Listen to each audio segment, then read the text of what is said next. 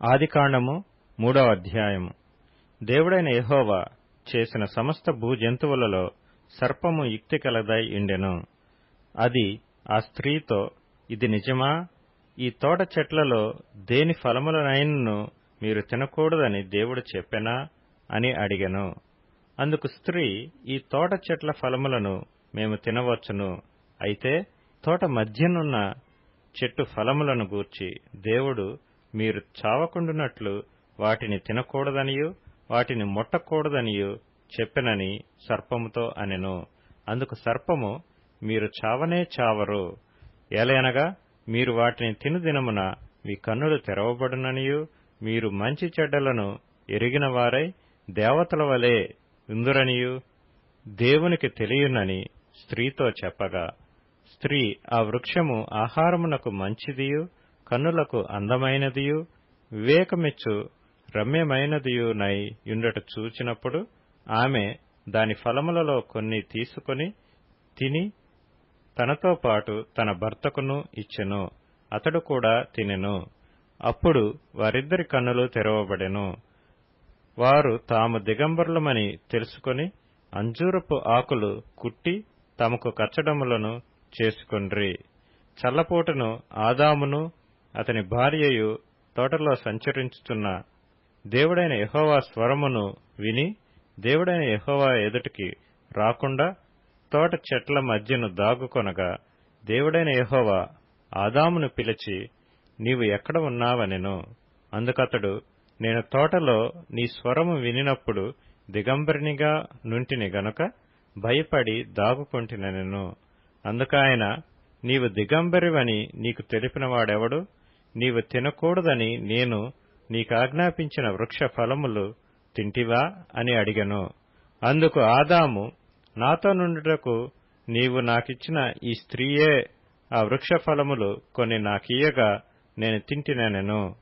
అప్పుడు దేవుడైన యెహోవా స్త్రీతో, నీవు చేసినది ఏమిటని అడుగగా, స్త్రీ, సర్పము నన్ను మోసపుచ్చినందున తింటినెను. అందుకు దేవుడైన యెహోవా సర్పముతో, నీవు దీని చేసినందున పశువులన్నిటిలోనూ భూజంతువులన్నిటిలోనూ నీవు శపింపబడిన దానివై నీ కడుపుతో ప్రాకుచు నీవు బ్రతుకు దినములన్నీయు మన్ను తిందువు. మరియు నీకును స్త్రీకిని నీ సంతానమునకును ఆమె సంతానమునకును వైరము కలుగచేసెదను. అది నిన్ను తల మీద కొట్టును, నీవు దానిని మడిమ మీద కొట్టుదువని చెప్పెను. ఆయన స్త్రీతో, నీ ప్రయాసమును నీ గర్భవేదనను నేను మిక్కిలి హెచ్చించెదను. వేదనతో పిల్లలను కందువు. నీ భర్త ఎడల నీకు వాంఛ కలుగును, అతడు నిన్ను ఏలునని చెప్పెను. ఆయన ఆదాముతో, నీవు నీ భార్య మాట విని తినవద్దని నేను నీకాజ్ఞాపించిన వృక్ష ఫలములు తింటివి గనుక నీ నిమిత్తము నేల శపింపబడియున్నది. ప్రయాసంతోనే నీవు బ్రతుకు దినములన్నీయు దాని పంట తిందువు.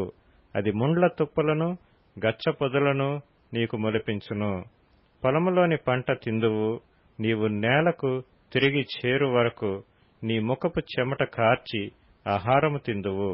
ఏలయనగా నేల నుండి నీవు తీయబడితివి, నీవు మన్నే కనుక తిరిగి మన్నైపోదువని చెప్పెను. ఆదాము తన భార్యకు హవ్వ అని పేరు పెట్టెను. ఏలయనగా ఆమె జీవము గల ప్రతి వానికిని తల్లి.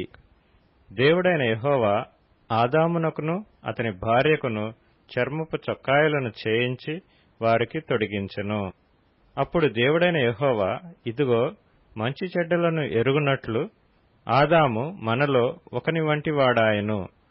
కాబట్టి అతడు ఒకవేళ తన చెయ్యి చాచి జీవవృక్ష ఫలములను కూడా తీసుకొని తిని నిరంతరము జీవించునేమో అని దేవుడైన యెహోవా అతడు ఏ నేల నుండి తీయబడెనో దాని సేద్యపరచుటకు ఏదెను తోటలో నుండి అతని పంపివేసెను.